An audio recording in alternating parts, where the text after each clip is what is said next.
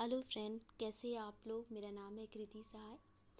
आज हम लोग स्पेक्ट्रम बुक शुरू करने वाले हैं और ये हमारा चैप्टर 5 से हम शुरुआत कर रहे हैं। हम स्टार्टिंग से नहीं शुरू कर रहे। जो हमारा पहले इम्पोर्टेंट टॉपिक है पहले हम उसको कवर करेंगे, उसके बाद हम सारा कुछ कवर करेंगे। तो आज हमारा जो पहला क्लास है स्पेक्ट्रम का, उसमें हम बैटल ऑफ प्लासी के बारे में पढ़ रहे हैं। मॉडर्न इंडिया में जो सबसे इम्पोर्टेंट था, जहाँ से ब्रिटिशर्स का पॉलिटिकल इंटरवेंशन शुरू हुआ, वो हमारा बैटल ऑफ प्लासी ही था। तो वहाँ से आज हम शुरुआत करते हैं। उसके बाद हम धीरे धीरे स्पेक्ट्रम बुक को धीरे धीरे कंप्लीट करेंगे। मैंने लूसेंट सीरीज़ भी शुरू किया हुआ है, जिसमें आप प्लेलिस्ट में जाके आप देख सकते हैं, और मैंने लक्ष्मीकांत का भी कुछ चैप्टर शुरू किया है। तो चलिए शुरू करते हैं। ये हमारा चैप्टर 5 है, जिसका नाम है expansion and consideration to British power in India. Page number 86। अगर आप बुक निकाल के बैठे हो तो ज़्यादा अच्छा होगा समझने में भी। तो ठीक है, अब हम लोग देखते हैं किस तरह बंगाल प्रोविंस में ब्रिटिश अपना किस तरह कॉन्क्वेस्ट करते हैं, वो हम देखते हैं।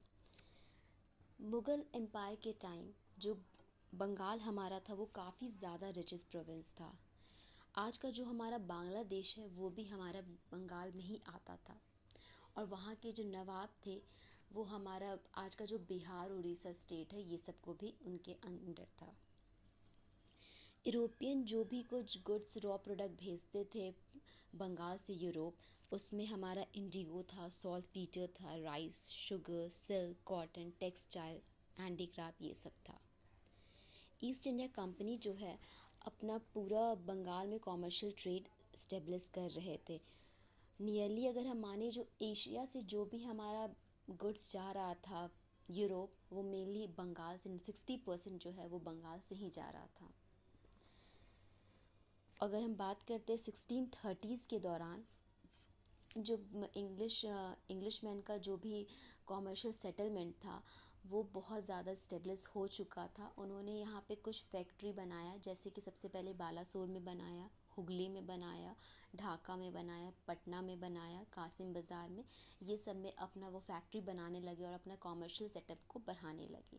1690s के दौरान हम आते हैं, तो उस टाइम जो है उनका पूरी तरह से कॉमर्शियल सेटअप हो चुका है, वो बहुत आगे विस्तार कर चुके हैं।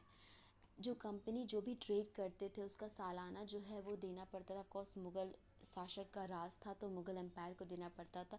तो वो उस टाइम में $350 देते थे। अगर रुपीज़ में माने तो 3000 रुपीज़ है। जबकि उनका जो भी प्रॉफिट होता था वो $50,000 होता था। वो तो कुछ ही प्रतिशत था उनका, बहुत ज़्यादा, जो बंगाल से काफ़ी ज़्यादा उनका प्रॉफिट होता था। अगर हम बात करें यहाँ पे बंगाल के कौन कौन वहाँ पे दीवान बने, उसके बारे में देखें, तो सबसे पहले हम देखेंगे कि 1700 में मुर्शिद कुली खान जो है वो बंगाल के दीवान बनते हैं। मुर्शिद कुली खान जो है वो बंगाल के दीवान बनते हैं, और वो रूल करते जब तक उनकी मृत्यु हो जाती है होती है, तब तक वो करते 1727 तक। यानी 1700 से लेकर 1727 तक मुर्शिद कुली खान रूल करते हैं। उसके बाद उनके दामाद आते हैं सुजाउद्दीन, जो कि रूल करते हैं 1739 तक। फिर 1 साल के लिए रूल करते हैं मुर्शिद कुली खान के बेटे सरफराज खान, जो कि उतने कैपेबल नहीं होते हैं। उसके बाद 41 में बिहार के डिप्टी गवर्नर रहते हैं अलीवर्दी खान। अलीवर्दी खान रहते हैं, वो क्या करते हैं, वो सरफराज खान को मार देते हैं, और फिर वो बंगाल के दीवान बन जाते हैं अलीवर्दी खान। अलीवर्दी खान जो है वो काफ़ी ज़्यादा कैपेबल भी होते हैं। बंगाल जो है बहुत ज़्यादा, मतलब एक रिच प्रोविंस माना जाता है, क्योंकि वो ये जो सारे रूलर्स हैं वो काफ़ी कैपेबल थे, एक्सपीरियंस थे। और बंगाल में और भी ये देखा जाता है बात, कि जो भी इंटर बॉर्डर डिस्प्यूट्स होता था, उससे बंगाल काफ़ी ज़्यादा अलग था। जैसे कि हम देखते मराठा का इन्वेशन हुआ था, उससे अलग था। फिर इंटर बॉर्डर्स में नादिर शाह का आक्रमण हुआ, अहमद शाह अब्दाली का, तो ये सब बंगाल इससे काफ़ी अछूत था, उसमें ये सब नहीं हुआ। तो इस कारण ये भी एक रीज़न है कि बंगाल में काफ़ी ज़्यादा प्रोग्रेस हो रहा था। उसके बाद हम देखते हैं कि 1706 में जो बंगाल का, कलकत्ता का जो पॉपुलेशन रहता है वो 15,000 रहता है, लेकिन वहीं अगर हम 1750 में थे तो वो 1 लाख हो जाता है। आज अगर हम किसी स्टेट का देखते हैं 1 लाख, तो वो बहुत ज़्यादा कम है, लेकिन उस टाइम 1 लाख काफ़ी ज़्यादा रहता था। अगर हम बंगाल के प्रोविंसेस का बात करें तो उसमें जो ढाका सिटी और मुर्शिदाबाद था वो उसमें सबसे ज़्यादा लोग रहते थे। बंगाल के जितने भी गवर्नर रहे वो सारे जो है वो ब्रिटिश ईस्ट इंडिया कंपनी को जो ट्रेडिंग राइट्स मिला था, फ्री ट्रेड का, ये सब उससे सब लोग जो है वो सारे जो गवर्नर थे बंगाल के वो उसके अगेंस्ट थे। इस कारण जो इंग्लिशमैन और बंगाल के गवर्नर्स के बीच में एक फ्रिक्शन बना रहता था हमेशा।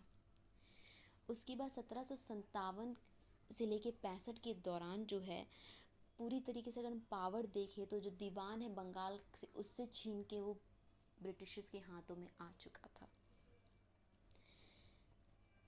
इस पैरा में हम देखें तो हमारा इसमें देखें तो जो हमारा एक पैराग्राफ मैंने पढ़ा है इसमें जो इम्पोर्टेंट पॉइंट है मैं एक बार आपको फिर से रिकॉल करा देती हूँ। तो सबसे पहले यहाँ पे हम देख सकते हैं कि 1630s के दौरान जो यहाँ पे देखिए आप, मैं बताती हूँ 1630s, यहाँ पे 1630s के दौरान जो है उनका क्वेश्चन पूछ सकता है कि कलकत्ता में कहाँ कहाँ पे उन्होंने फैक्ट्री इस्टेब्लिश किया। तो पहला कासिम बाज़ार, पटना, ढाका, हुगली, बालासोर, ये सब जगह किया। और 1630s में उनका पूरा तरह कॉमर्शियल सेटअप हो चुका है, ठीक है। 30s में उन्होंने यहाँ फैक्ट्री बनाया और 1690s में काफ़ी कंप्लीट हो चुका है।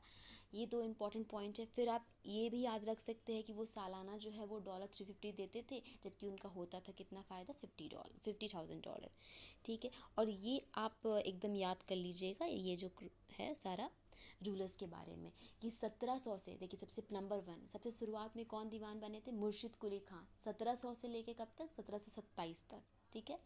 उसके बाद उनके दामाद बनते सुजाउद्दीन जो कि 27 से लेके 39 तक बनते, 1727 से लेके। फिर कौन बनते हैं, मुर्शिद कुली खान के बेटे जो कि उतने कैपेबल नहीं रहते हैं, वो 1 साल के लिए बनते हैं, जिसको बाद में अलीवर्दी खान जो है 1741 में मार देते हैं और फिर अलीवर्दी खान आ गए। अलीवर्दी खान करीब 15 साल रूल करते हैं, 41 से लेके 56 मान के चलिए आप, ठीक है। ये आपका जो है ना, ये आप याद रखिएगा कि कौन कौन दीवान बनते हैं, बंगाल के रूलर्स है ये सब, ठीक है। और उसके बाद फिर आपका इम्पोर्टेंट बनता है, इतना आपका पॉइंट इम्पोर्टेंट। उसके बाद हम सेकंड पैराग्राफ पढ़ते हैं, Alivardi Khan and the English, ठीक है। 1741 में जो है 1741 में अलीवर्दी खान जो है वो क्या रहते हैं, बिहार के डिप्टी गवर्नर। देखिए बिहार पीसीएस का एग्ज़ाम जो दे रहे हैं वो बिहार का कहीं भी कोई बात है तो उसको याद रखिएगा। और क्वेश्चन बनता है कि बिहार के डिप्टी गवर्नर 1741 में कौन थे, तो अलीवर्दी खान थे। वो क्या किसको मारते हैं, वो उस टाइम बंगाल के नवाब कौन रहते हैं, सरफराज खान, मुर्शिद कुली खान के बेटे, उसको वो मार देते हैं। और फिर वो अलीवर्दी खान जो है वो जो उस टाइम मुग़ल एम्पायर रहते हैं मोहम्मद शाह रंगीला, उसको वो कुछ पैसे देते हैं और फिर कि उसको अलीवर्दी खान को सूबेदार बना दिया जाता है। अलीवर्दी खान 15 साल लगभग रूल करते हैं। अलीवर्दी खान काफ़ी मतलब एक होते कैपेबल रहते, काफ़ी सुलझे हुए इंसान थे वो क्या करते, वो मराठा को भी बहुत अच्छे से रिपेल कर देते और दूसरी तरफ वो इंग्लिश को भी मतलब दुखी नहीं कर देते, वो टाइम टू टाइम उनका मदद लेते रहते थे। जैसे कि जब मराठा का आक्रमण हुआ था तो इंग्लिश मैन जो है वो अलीवर्दी खान से परमिशन लिए कि वो फोर्ट विलियम के चारों ओर एक डिश जो ट्रेंच टाइप का गड्ढा खोद बनाना चाहते हैं, तो उसके लिए वो परमिशन दिए थे। और वो उसको बोले कि एक तरह का ये नेचुरल हम डिफेंस कर रहे हैं। हालांकि अगर हम इस तरह का जो गड्ढे कर रहे हैं फोर्ट के ताकि बाहर से कोई आक्रमण ना हो पाए, तो ये नेचुरल डिफेंस में तो नहीं आता है, मिलिट्री डिफेंस में आता है। लेकिन उन्होंने परमिशन ऐसा लिया और उन्हें परमिशन मिला, तो वो अलीवर्दी खान काफ़ी ज़्यादा समझदार और सुलझे हुए इंसान थे कि नहीं, वो जानते थे कि इस तरफ हम करेंगे तो फिर दिक्कत है। इधर से वो जान चुके थे जो कर्नाटक रीजन में जो इंग्लिशमैन जिस तरह का तरखाट मचा चुके थे, वो उससे भी अलीवर्दी खान जान रहे थे और वो समझ रहे थे कि वो चाहते क्या है। और फाइनली वो, लेकिन वो एक मतलब वो तुरंत में हल्ला नहीं बोला, वो सोचे कि क्योंकि ऑलरेडी अलीवर्दी खान जो चारों तरफ से वो दुश्मनी अपना झेल रहा था, इधर मराठा का आक्रमण, इधर कर्नाटक, बहुत सारा उसको था, इसलिए वो सोच समझ के कर रहा था। और फाइनली उसने सोचा कि नहीं, अब तो वो यूरोपियन को हटा के ही रहेंगे अपने इंडिया से। लेकिन जब वो प्लानिंग कर रहे थे उसी वक्त उस दौरान लगभग अप्रैल 1756 में उनकी मृत्यु हो गई। तो वो कुछ आगे करते, वो कुछ हटाते, हालांकि वो ज़िंदा रहते तो ऑफ कोर्स बहुत कुछ कर लेते, क्योंकि वो बहुत समझदार इंसान थे, लेकिन उनकी मृत्यु समय से पहले हो गई, तो फिर वो कुछ नहीं कर पाए। उसके बाद अलीवर्दी खान के बाद आते हैं उनके अलीवर्दी खान की छोटी जो बेटी है, उनका बेटा कौन रहता है, सिराजुद्दौला, वो बनता है, गद्दी पे आता है। तो ये जो हमारा पैराग्राफ है, इसमें क्या क्या इंपॉर्टेंट पॉइंट है मैं आपको एक बार फिर से रिकॉल कराती हूँ। ये है कि 1741 में बिहार के डिप्टी गवर्नर अलीवर्दी खान रहते हैं, ये बहुत इंपॉर्टेंट है। वो किस वो किसको मारते हैं, उस टाइम रहते हैं दीवान जो है बंगाल के सरफराज खान, उसको वो मारते हैं। ये इंपॉर्टेंट बनता है। कितना साल रूल करते हैं अलीवर्दी खान, 15 साल रूल करते हैं।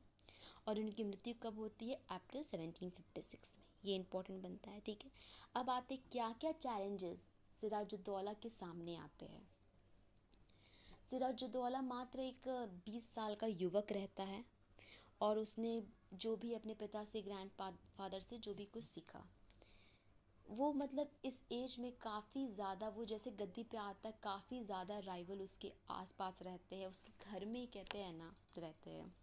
जैसे कि सबसे पहले अगर उनके अगेंस्ट में जाने, तो उनके एक कज़न रहते हैं जो कि नवाब ऑफ पूर्णिया के नवाब रहते हैं, नाम है उनका शौकत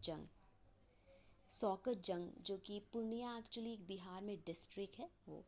फिर एक उनकी आंट रहती है जिनका नाम है घसीटी बेगम, एक चाइल्डलेस विडो रहती है। फिर मीर जाफ़र जो कि उनके मेन रहते हैं वो। मीर जाफ़र एक्चुअली अलीवर्दी खान की जो बहन है उनका हस्बैंड रहता है, और ये मीर जो कमांडर है उसका हेड रहता है। फिर बहुत सारे कोर्ट के नॉबल्स रहते हैं, जैसे ओमी चंद हो गए, जगत सेठ हो गए, राय बहादुर, राय दुर्लभ, ये सब आपको इंपॉर्टेंट नाम है, मतलब नाम याद रखना। कभी क्वेश्चन आ सकता है कि मतलब कौन कौन उसके दुश्मन थे उनके ही कोर्ट में। और ये सब सोचते थे, ये सब काफ़ी सीनियर मोस्ट सब सोचते थे कि सिराज एक तो 20 साल का युवा है, कुछ उसको एक्सपीरियंस नहीं है, कोई कैपेबल नहीं, और ये हमें संभाल लेगा, इस टाइप का इनका सोच था। उसके बाद इन्होंने क्या किया, सिराज ने कुछ अच्छे काम भी किए। इन्होंने सबसे पहले शौकत जंग को जो है वो बैटल में हराया। उसके बाद घसीटी बेगम को भी उन्होंने हरा दिया, और मीर जाफ़र को उन्होंने डिसमिस करके मीर मदान को उसकी जगह रखा, और एक कश्मीरी ऑफिसर मोहन लाल को अपना एक प्राइम मिनिस्टर की तरह बना दिया। ठीक है, इस पैराग्राफ में एक बार फिर से हम देख लेते हैं क्या क्या इंपॉर्टेंट है। इसमें ये इंपॉर्टेंट है कि इनके कौन कौन अगेंस्ट में रहते हैं। एक कज़न है जो कि नवाब ऑफ पूर्णिया है, शौकत जंग। एक आंट है घसीटी बेगम। मीर जाफ़र है जो कि अलीवर्दी खान की बहन का पति रहता है, और उनके कोर्ट नॉबल्स ओमी चंद, जगत सेठ, राय बहादुर और राय दुर्लभ। ठीक है, ये लोग रहते हैं। और उसके पीएम कौन बनते हैं सिराजुद्दौला के, मोहन लाल, और मीर मदान को किसकी जगह रखता है, मीर जाफ़र की जगह। ठीक है, ये हो गया मेरा। उसके बाद हम आते हैं बैटल ऑफ प्लासी के बारे में। प्रिल्यूड टू द बैटल, क्या बैटल का शुरुआत कैसे होता है, इसको हम जानते हैं। तो एक्चुअली शुरुआत कैसे होता है कि जो कंपनी को जो भी ट्रेड प्रिविलेज मिलता है, उसका कंपनी काफ़ी ज़्यादा मिसयूज़ करते हैं, तो उसके कारण जो है नवाब के, जो बंगाल के नवाब, उसके ट्रेजरी पे इफ़ेक्ट करता है। जैसे देखिए, जो 1717 का आप लोग जानते होंगे, फारूक शियार ने एक फरमान जारी किया था कि आप जो भी इंग्लिशमैन ट्रेड करेंगे वो हमारा टैक्स फ्री रहेगा। और दस्तक मिला, दस्तक क्या होता है, एक पास होता है कि वो दिखा देंगे कि ये हमको मुग़ल एम्पायर ने पास दिया है, मतलब वो कहीं भी ट्रेड कर सकते वो पास दिखा के। बट यहाँ पे क्या होता था कि वो इंग्लिश मैन जो थे, कंपनी ऑफिशियल थे, वो क्या करते थे, वो उसको, जो प्राइवेट ट्रेडर्स हैं, लोकल्स लोग हैं, उनको वो दस्तक या अपना वो देते थे। तो इससे क्या हो जाता था, वो मिसयूज़ कर, इसमें कहीं ना कहीं जो है नवाब की ट्रेजरी में इफ़ेक्ट कर रहा है। वो तो दिए कंपनी को, लेकिन वो प्राइवेट लोकल्स लोग को वो बांट रहे हैं, पासेस बांट रहे हैं, दस्तक बांट रहे हैं, फ्री ट्रेड का वो अपनी तरफ से दे रहे हैं कि हाँ लो हमको मिला, मैं तुमको दे रहा हूँ। तो यहाँ जो नवाब को के ट्रेजरी में, फाइनेंस में जो पैसा आना चाहिए, वो तो कहीं से आने नहीं, क्योंकि जो लोकल रूलर जो, अगर वो कंपनी को भी पैसा दे रहे हैं, ठीक है, दस्तक का वो पैसा दिए, और इधर तो उसको दाम भी तो बढ़ाना पड़ेगा अपना, तो फिर इसलिए वो मुग़ल मतलब मेन नवाब को तो पैसा मिल नहीं पा रहा था। आप समझ रहे हैं ना मेरा बात, कि जो उनको फ्री ट्रेड का मिला था वो अपने और प्राइवेट लोग को भी बांट रहा है, सिंपल वे में। ये सबसे मेन रीज़न था। दूसरा रीज़न ये था कि जो इंग्लिश मैन थे कलकत्ता फोर्ट विलियम में अपने मन से वो बिना नवाब के परमिशन से फोर्टिफिकेशन शुरू कर दिए, तो इससे गुस्सा आ गया। नंबर टू, उसके बाद यहाँ पे क्या हो गया ना कि एक पॉलिटिकल फ्यूजिटिव है कृष्णा दास, ये एक्चुअली राज बल्लभ के जो बेटे रहते हैं। एक्चुअली इनका एक कहानी रहता है कि शायद कुछ नवाब का पैसा लेके भाग रहे थे, कुछ उस टाइप का रहता है, तो ये कहीं ना कहीं सिराजुद्दौला के अगेंस्ट रहते, तो जो अगेंस्ट है उसके इंग्लिश वाले लोग उसको अपने सपोर्ट में ले आए, तो इसके कारण भी हो गया। तो यहाँ पे क्या सिराजुद्दौला ने एक थोड़ा हड़बड़ी कर दिया, उन्होंने ये सब देख के वो बहुत शॉर्ट टेम्पर रहते थे, तो इन वो ये सब जो करने लगे इंग्लिश मैन, तो उससे वो बहुत शॉर्ट टेम्पर और तुरंत वो कुछ सोचे नहीं, वो गए और इंग्लिश फोर्ट पे जो कोलकाता का है, कलकत्ता में जो इंग्लिश फोर्ट है उस पे वो अटैक कर दिए और सीज कर लिए। अब यहाँ पे ये कर लिए तो एक ओपन वॉर तो होना था ही। इसी टाइम जो एक ब्लैक होल ट्रेजिडी भी हुआ था, काफ़ी फेमस है ये ट्रेजिडी। इसमें माना जाता है कि एक छोटे से कमरे में 14 बाई 18 का एक कमरा रहता है, उस उसमें 146 इंग्लिश मैन को रख दिया जाता है, जिसमें कहा जाता है कि जब एक दिन बाद खोला जाता है तो 123 लोगों की मृत्यु हो गई थी। ये जे हॉलवेल है, इसमें वो भी रहते हैं, तो ये शायद अपने बुक में लिखते हैं, लेकिन ये पॉसिबल ही नहीं, इतने छोटे से कमरे में इतने लोग को रखा जा ही नहीं सकता है। तो ये बहुत लोग कहते हैं ये झूठ है, बहुत कहते हैं सच है, तो ये सच है झूठ है ये अभी भी डिबेट है, बट हाँ ये इंसिडेंट हुआ था, इतना लिखा गया है हिस्ट्री में। ठीक है, तो इसमें जो इस पैरर में इम्पॉर्टेंट है एक बार मैं दिखा देती हूँ आपको। इसमें यही है कि इसका रीज़न क्या क्या था।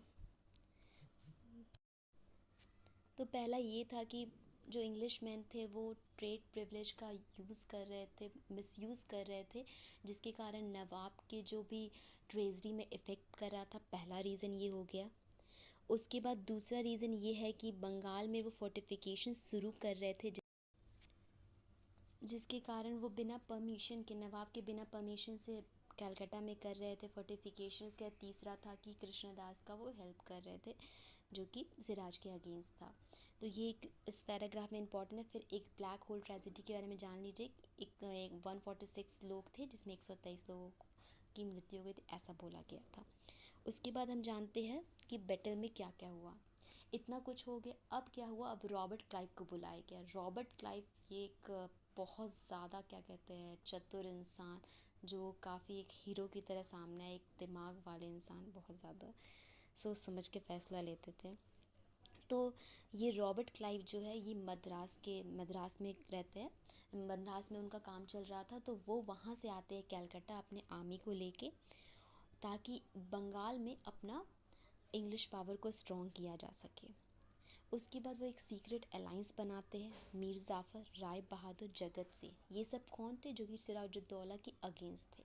कहते हैं ना दुश्मन दुश्मन भाई, उसी तरह वो जितने इनेमी थे उसको अपनी तरह, और सबको अपना अपना कुछ लालच दिए। मीर जाफ़र को बोले कि तुमको नवाब बना दिया जाएगा, फिर सब लोग को कोर्ट नॉबल्स को बोले तुम्हें कुछ पैसा दिया जाएगा, अच्छे अच्छे पोजीशन दिए जाएंगे, तो सबको इस तरह किया गया। उसके बाद सीक्रेट अलाइंस बनाया गया, और फिर 23 जून, जो कि आप डेट बहुत इंपॉर्टेंट है, 23 जून को जो है हमारा 1757 में बैटल ऑफ प्लासी होता है, जो कि रियल में लड़ा ही नहीं है, क्योंकि 50,000 जो सिराज के ग्रुप में थे वो तो युद्ध में गए ही नहीं थे। उसके बाद इसका सिग्निफिकेंस क्या रहता है बैटल का, वो हम जानते हैं। इसकी विक्ट्री के बाद हुआ क्या कि मीर जाफ़र को जैसा बोला गया था नवाब बना दिया गया। फिर मीर जाफ़र ने क्या किया, 24 परगना का ज़मींदारी इंग्लिशमैन को दिया। बैटल ऑफ प्लासी जो है इंग्लिश एम्पायर का, ब्रिटिशर्स का जो पॉलिटिकल पावर, एक बोलते पॉलिटिकल नींव जो रखा गया, वो शुरुआत हुआ बैटल ऑफ प्लासी से। इसके पहले वो सिर्फ कॉमर्शियल अपना पर्पस देख रहे थे, कॉमर्शियली, लेकिन अब वो पॉलिटिकल इंटरवेंशन भी करना शुरू कर दिए, पॉलिटिकली हस्तक्षेप हर जगह वो करना शुरू कर दिए। यहाँ से इनका शुरुआत होता है।